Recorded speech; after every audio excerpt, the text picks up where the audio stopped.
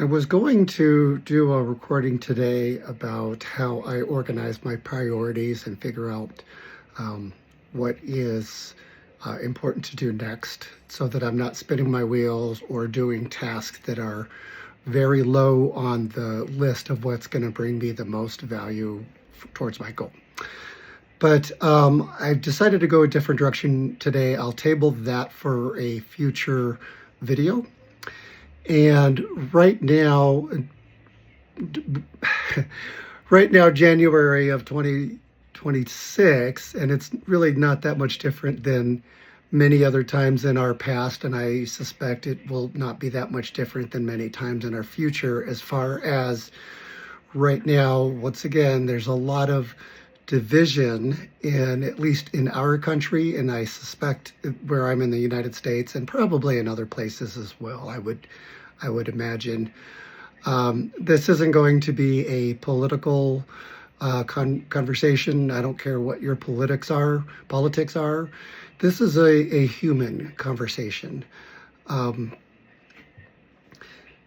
going to tell a story that very, very few people know. Only a very small handful of people know about this particular song. John Denver, he wrote a song called "It's About Time."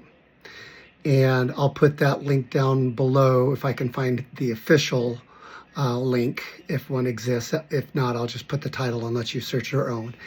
But the part that people don't know is that he went to a seminar, one that I've been through this seminar and through all of the levels of this company. I'm going to put that link below as well. And if you use the link below, you actually get 50% off of the full price if you decide to go to this seminar. So John Denver went to this seminar, so it would have been, I don't know, 70s or, late 70s, early 80s, probably early 80s. I'm guessing, I don't know the exact time, but it was a while back. And there's an event that one of this first seminar is really, it does so many different things. For me, it was like, and many others say the same thing, it's like finally being able to see what I look like through the eyes of others, which can be a revelation. Sometimes we think we're presenting in a certain way, and then when we see how we're really treating each other, then sometimes it can be quite shocking, or we're not treating ourselves well, and that can also be shocking. About halfway through the event, and without giving any spoilers, through the seminar, again, without giving any spoilers, there's an event, and it's a revelatory moment for most of the people, all of the people there, really. And said they realize just a lot of things that maybe they were doing or not doing well. And I know that's kind of cryptic because I don't want to give away the content of that course. But what came out of that was realizing for John and for many of us that we are all on this planet together. We're all human beings. It doesn't matter if you agree with the way laws are written. If a law enforcement officer is there enforcing the law, it didn't mean that he wrote the law. And he or she probably has a family and has people that love and care for them and may have children. And sometimes people forget that it's almost like back in the Vietnam era war, when the soldiers were coming home to the United States, people, I understand why, were very upset about the war. And so they were taking their frustrations out on the soldiers, which is, most of us can probably agree is not right, because these are human beings that were sent to halfway across the world. They saw their friends get killed. They took lives, which when you take a life, it takes something from you and you are never the same again. And so they were coming back as very almost broken, not whole, not the way they were, very wounded. And we've seen this, we fortunately have a lot more programs in the veterans and others that can take care of our veterans when they come back, like the Wounded Warrior Project. But the point is, the people on the front line, whether it's a police officer, an ICE agent, a soldier, a fireman, they are they are not the embodiment of the politics that's, if you're angry about a political situation, they're not the ones. They have a job, just like you or me. They're on the front line. Some of them are just there literally because they have a job. Some of them believe very passionate about their job because they're trying to help people, but they are not the enemy. Okay, the enemy, if you want, is a spiritual enemy to God, or the enemy could be you don't agree with the politics, fine. You may or may not like somebody who's running a country, okay, fine. Our founding fathers set up ways to handle this. So we have in our country, there's limits to terms that actually George Washington put in place. He was allowed to run again, and he said, no, I'm going to go home. And because of that, and some of the other ones after him, they put a limit on it, which is good. So that way we can't have a king. So there's a movement right now of no kings, which is just, to me, ridiculous because, and I'm going to get a lot of flack for this. A lot of people are going to give me probably some nasty grams down below, whatever. You show, if that's you, you show your true colors in your own words. So I know that you're not really mad at me. You're mad at something else or someone else. But my point is, we're humans. We're all here together. And the golden rule should be the biggest, most followed rule on the planet, which is I want to be treated well, and so I'm going to treat others well because that's how I want to be treated. Instead of this attacking others because I don't like that you are the messenger of somebody else, they're having to bring the bad news, so you kill the messenger. That's a very well-known quote. If you don't know what that means, that's actually how the marathon started. I think it was during when Greece was conquering the world, and I could be wrong. I haven't fact-checked it, but the army gets devastated. A messenger runs from the battlefield all the way back to the king or emperor, whatever they had at the time. I think it was a king, and told him, we lost the war. It was really bad. And the king was so upset that he killed the messenger. And of course, how foolish is that? The messenger just sacrificed he ran, he probably had a family, and he saw all of his friends get killed in front of him. And however he got out of there, maybe he saw it from far off. Maybe he was the only one that they said, okay, you run home and tell the king what happened. I don't know. But he was literally, it's like, can you imagine, put yourself in the position, you walk up to somebody and say, I'm so sorry to have to tell you this, but your mother got sick and died. And then they kill you because they're angry. That's about as ludicrous as this misplaced anger is to me. So let me go back to this song that John Denver wrote. The song is called It's About Time. I'm not going to play it in this video. It's copyrighted, obviously. I'm not going to read all of it, but I'm going to read some of the lyrics because this was written, I'd have to look at the exact date, late 70s, early 80s, long time ago, and it's still just as relevant today.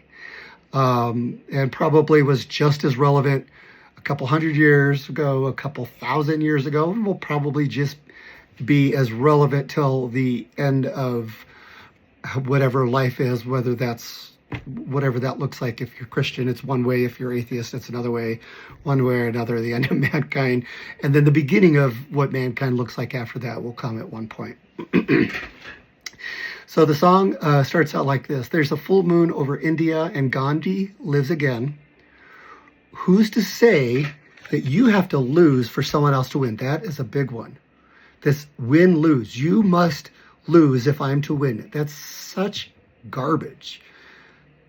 It is not always possible, or maybe to win-win, and sometimes there's some negotiations and not everybody's happy.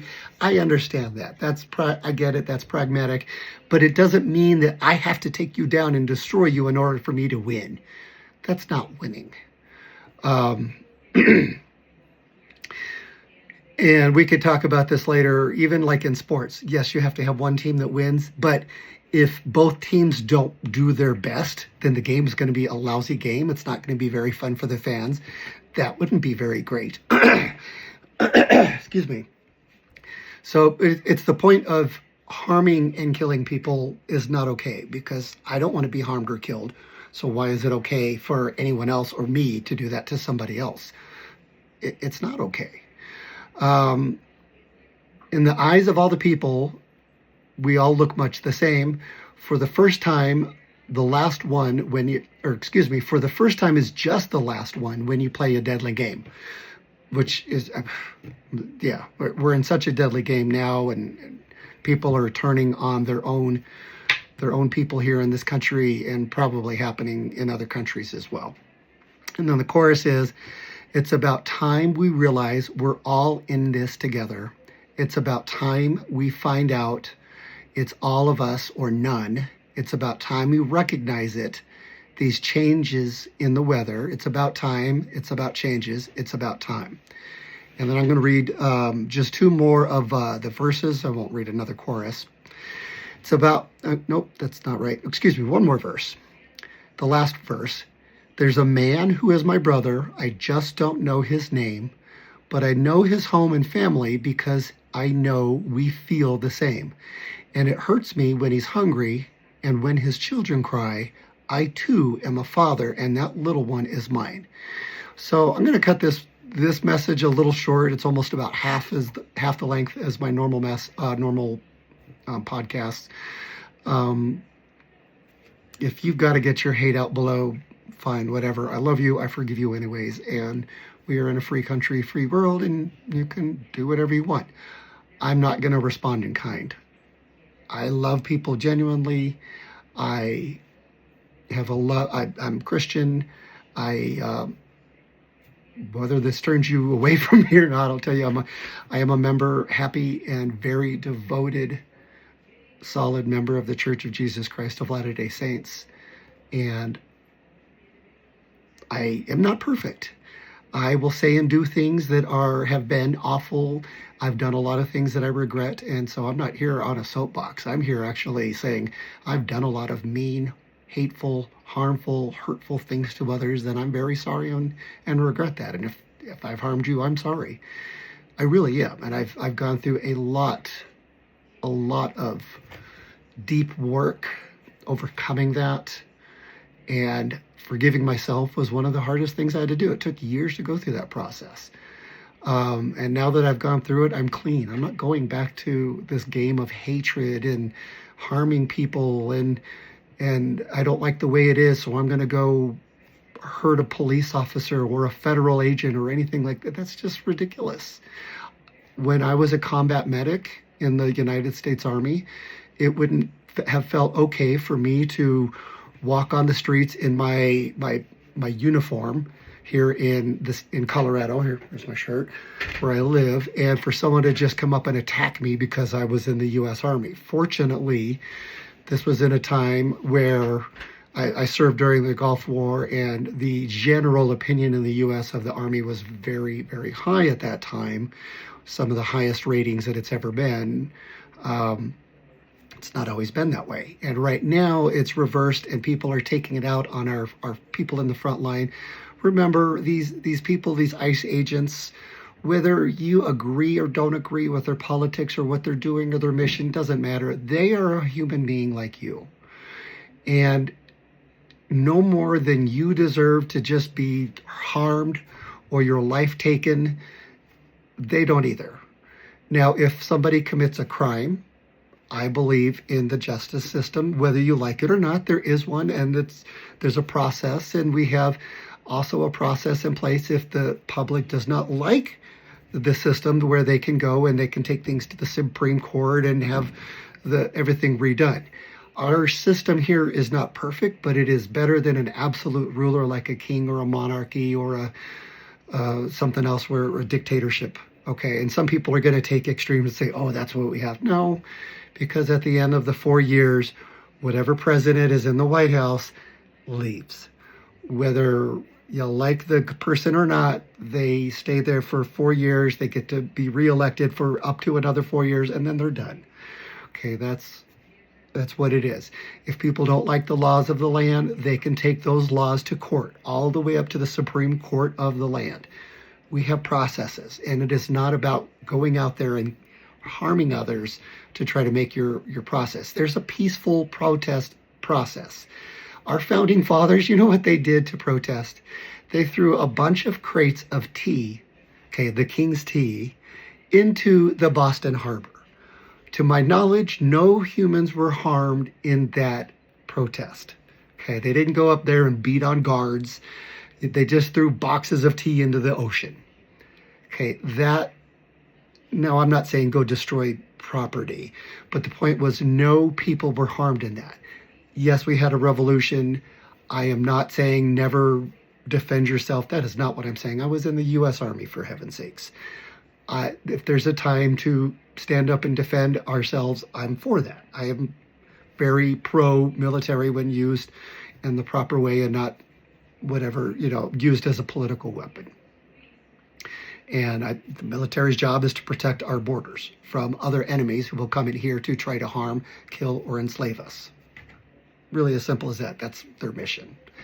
So, okay, I actually ran for another 6 minutes there. I'm done. Love your neighbor. Whether you're Christian or not, Muslim or not, Jewish or not, for heaven's sakes, they're human like you. Cut them some slack. Love one another. If you don't like what's going on, fine. There is a proper way to handle your grievance without harming people. And it doesn't mean you have to spout off a bunch of hate. That doesn't really work either. Have a conversation like I am that's calm. You can see my tone here is loving. I'm not ranting. I hear a lot of people on videos and they're ranting, and that doesn't help either. That's not every time that there's contention, that in my belief, that's from the devil, from the enemy. So even in this case where wrong is being done to others, I'm not going to respond in kind. I'm going to respond in love and just remind people, love one another, love your neighbors. These agents, they are just the messengers. Don't harm them. And they are scared for their lives a lot of times. So they already have people that are threatening to kill them for doing their job as federal police officers. I would advise anybody stay out of their way. Or if you're going to protest, do it in the proper, peaceful way and not right when they're trying to do an operation. You go protest in front of the White House in the proper method or wherever, and you have to register to be able to protest, by the way. It's not just show up and make a bunch of noise. There's actually a process involved. So that's it. Be kind to one another. Love one another. If you don't like my message, fine, bye. Then I'm obviously not your cup of tea. If this resonates with you, great. Follow, subscribe, because I don't normally do stuff like this. It's usually about business or money mindset or about health. But this one, I just had to do this one-off message because of the craziness that I'm seeing out there. I love you all. Even if you say hateful things down below, I still love you. And I wish you the best. I really do. Take care. Bye-bye.